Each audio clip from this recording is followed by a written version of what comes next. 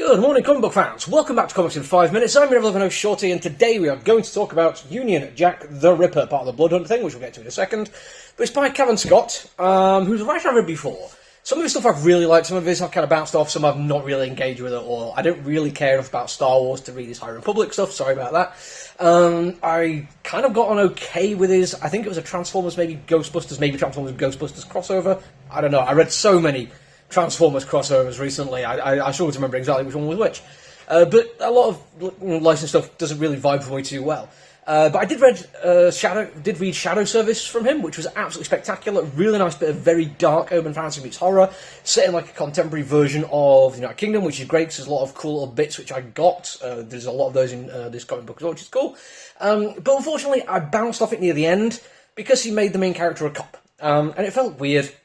Even my own personal opinions about the police, it did still feel like an odd choice to make, because she was a far more interesting, the main character was far more interesting when she was living in a weird place between the bad guys and the good guys, knowing that the good guys were actually only trying to control the bad guys and use their power to control others.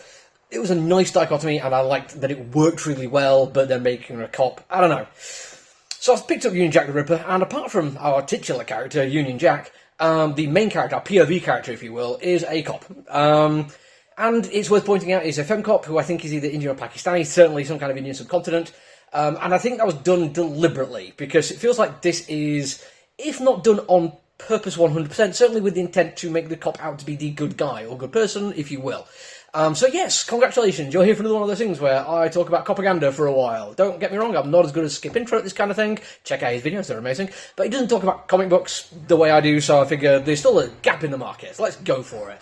Gonna get out of the way some of the actual review stuff first, so people are only here to see if the comic book's any good can leave before I start getting into stuff. The artwork is fantastic. I'm going to have to check the name of the artist. He's not somebody I'm that familiar with. Kev Walker. Absolutely brilliant. Brutal artist.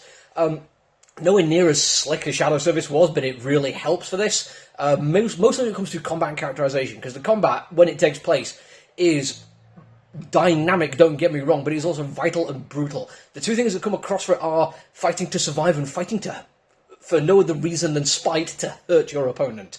These come across so effectively in the fight scenes in here, in the multiple ones we get. It is brilliant at what it does. The characters are great too. The way they're written is fantastic. It gets the points across really quite nicely. Namely that our main character, or at least our title character, Union Jack, has gone through so much stuff. We don't get a laundry list of everything that's happened to him. We don't have to worry too much about his background. What we get is the view of a man who's been pushed harder than anyone should ever have to be pushed, who has failed.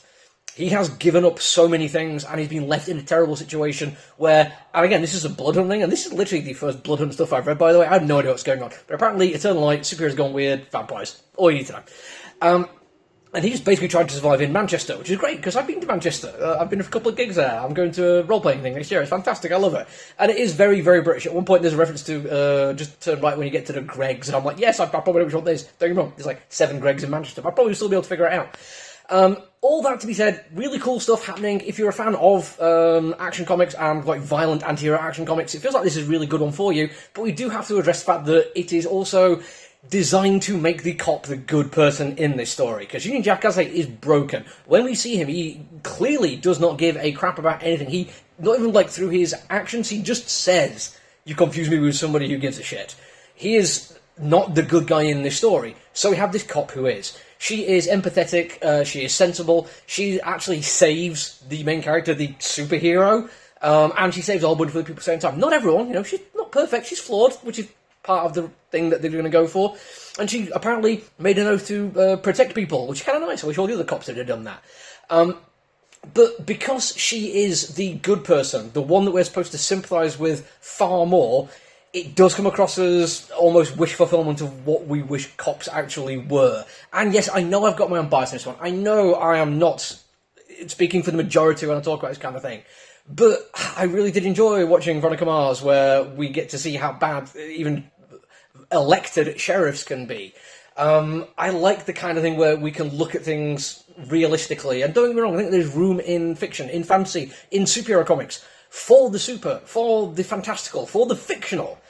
But with how often we see cops be portrayed this way instead of where they actually are, whenever I see it, especially in superhero stuff, where we are, there's an easy discussion to be made about whether superheroes are cops in their own way.